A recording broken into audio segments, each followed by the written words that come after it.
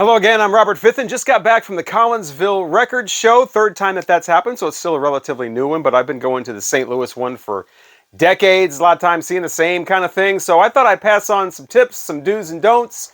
If you're thinking about going to a record show, maybe the first time, or it's maybe your third or fourth time, or maybe you've been going for years and years and years, and you can maybe relate to some of these.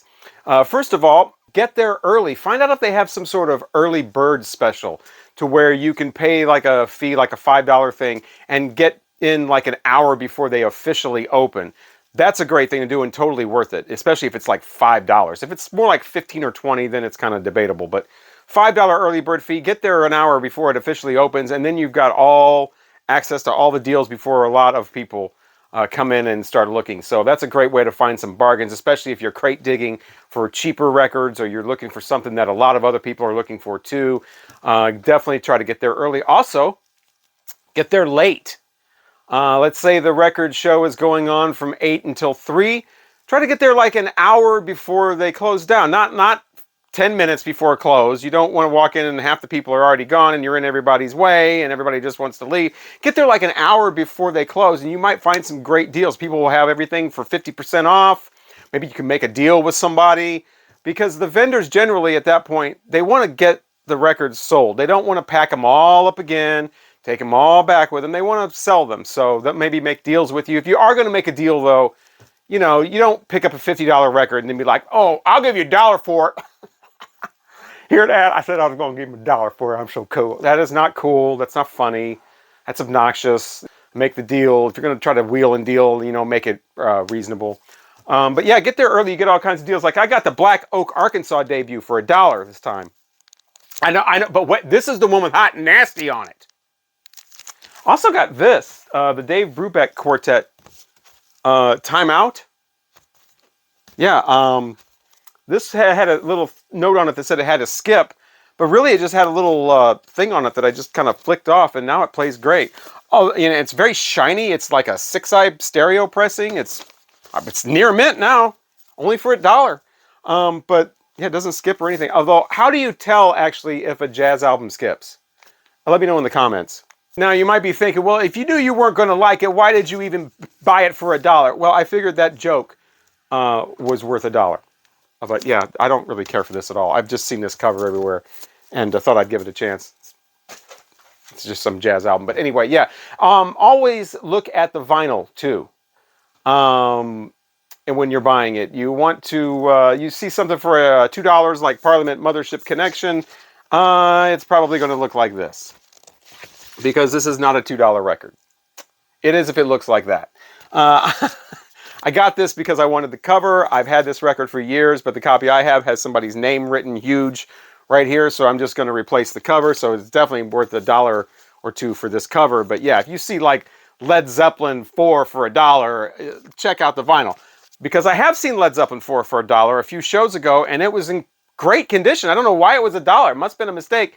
I left it there. Somebody else got a great deal.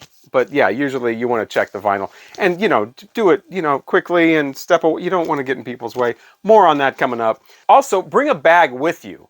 You can do like one of these old record store bags that are tailor-made for, you know, to put records in and carry around, very durable. Or get one of these recyclable, you know, grocery store bags, the kind that are, you know, like you're supposed to be able to use. This one says that you can use it 125 times. So it's nice and durable. You don't want to get one of the Walmart ones that, you know, you can read the newspaper through. You want to get a nice durable one like this. And you want to kind of bring your own bag because some of the vendors won't have bags. And if you go to one of them first, then you're walking around just with a random record in your hand. And sometimes you'll get looks like, hey, what are you doing? Is that my Linda Ronstadt record? It's like, no, that's not your Linda Ronstadt. I bought this over there. So yeah, just avoid all that and bring your own bag. Plus which, you know, it's a nice durable bag. It's not going to rip and the records aren't going to fall out of it and break on the floor and make you look like a fool.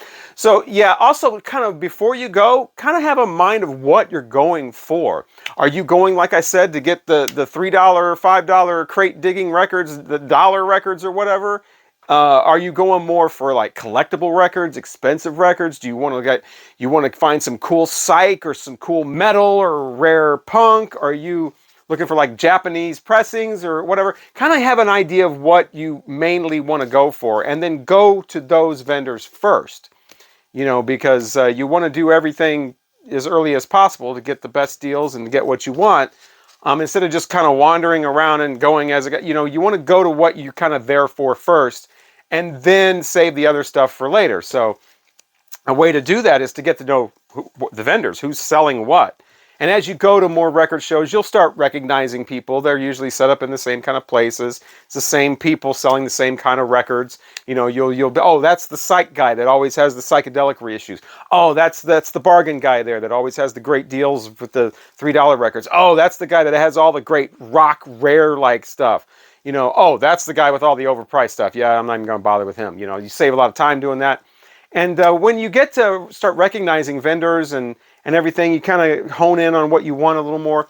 Maybe vendors will start recognizing you as you've been going for years. That's happened to me before. Like, people will be like, oh, I recognize you from your YouTube videos. Yeah, that's $12 album, but you know what? For you, $18. So yeah, it can work to your disadvantage as well. So yeah, just get to know the vendors, get to know who knows what after you've gone a few times, and it'll work out really well for you. The next thing is basically just, respecting people's space. It comes down to common courtesy. You'd think that people wouldn't have to be told this, but yeah, I see it all the time. Just have some courtesy, common courtesy. Like, I've seen people looking through boxes of records. They'll find 3 or 4 that they want to get, so they'll set them on the box of records next to them and keep looking. Now nobody can look at that box of records because it's got records stacked on it.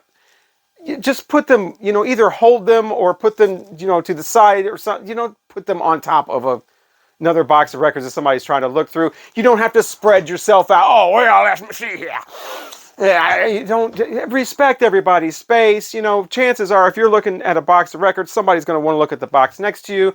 Happens to me all the time, where I'll be looking at the box here, somebody else will be looking to the box here. We'll get to and we'll switch, and it's just kind of an understood thing, and it works out really well. So just respect people's spaces. You don't, like I was talking about, looking at the vinyl. You want to kind of take a step back, look at the vinyl. If you're going to be looking on your phone on Discogs, which happens all the time now, people want to look up the record on Discogs before they buy. Take a step. You don't have to sprawl out all over the records to do that. Get in people's way.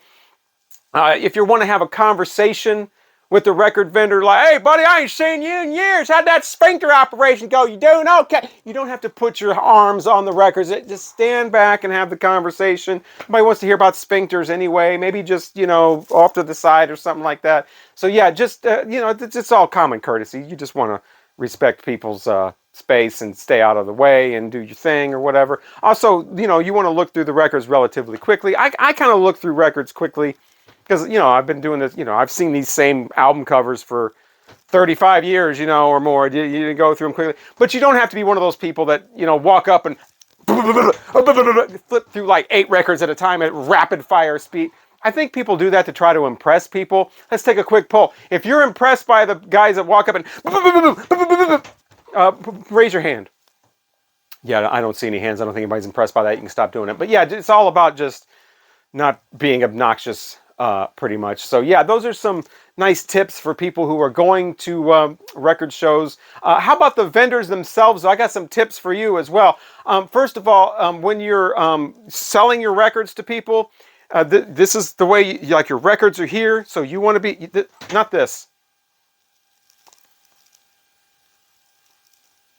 Yeah, that's not the way you want to present yourself to people trying to buy your records. I mean, I've had to stand for like 5 or 6 minutes with records in my hand and money in my hand, like, yeah, hello? Because, the guy will not turn around. Spin me round, buddy. How about spinning around and taking my money, and so I can buy this record and move on to the next thing? And I waste so much time just standing there while somebody's just off in space. It's like, you want to face your customers. Pay attention. Pay attention. That's the thing there. But yeah, so I've seen that a lot. I mean, I've seen 40-year-olds get served in Twink bars quicker than I've been had my money taken at a record show. And there have been several times when I've had like a $100 record in my hand, okay, a $3 record in my hand, and I could have just walked off with it. But I'm too honest to do that. But I mean, I'm sure people have, because people are just aloof and they're not paying attention or what. So yeah, let's all focus on what's going on if you're trying to sell some records. Also, when you've got your records in the boxes, I get it, you want to bring as many as you can, but let's not make them so tight that you can't look through them. There's those record vendors that show up with the records so tight. I mean, it's like, what? I'm sure a lot of these guys haven't tried to put their fingers in something that tight since high school. Well, I would hope. But yeah, you need to have them so that you can look through them and see like at least a third of the cover. You know, I don't know what this is, but yeah, nobody can look through records if they're so tight in the box that they can't move. So yeah, let's untighten the boxes of the records. Also, if for people who are looking through records and you've looked through them and they're really not tight and they're actually, you know, and they're all push them back when you're done. Don't leave them, you know, like push them back. You know, common courtesy, and please, vendors, price your records. For God's sake, please. That's my biggest pet peeve of all. You walk up and there's some albums you want and none of them are priced. Either price the records, or if they're all the same price, put the price on a sign or a box or whatever. There are people that are, and I won't even go to them anymore. They're the ones that are the same people showing up at the record shows. Nothing is priced. And it's like, I just won't even bother. Price the records, put the price on there, put the price on the box if they're all the same price. It takes 3 seconds to go, records, $5. No, you don't want to do that, because what you want to do is not price them and have everybody ask what the price is, right? And then that gives like a connection. And then when you tell them the price, they figure, well, they're already talking to you. So now they're kind of psychologically, like subliminally thinking that they've got to buy something for you because they've already made that connection. See, it's all about mind trick. No, it's not. Price the records. So that's about it. I'm sure there's more tips and tricks and whatever to record shows. If you know any, being a buyer or a seller, let me know in the comments anything I might have forgotten, because there's all, like I said, there's all kinds. I just didn't want to make the video an hour long. But those are some of the main ones, things I've noticed. Again, 35 years of this at this point. Just, you know, the people in the way, the people leaning over on the records, having a conversation, the tight boxes, the no priced records, you know, all that kind of stuff. It goes on and on and on and on. I want to give a shout out to the vendors who in the last 10 years have finally stopped bringing the Andy Williams, the Al Martino, the Al Hurt records. You don't ever see those anymore. Thank you so much for that. And thank you so much for watching. And if you see me at a record show, say hi.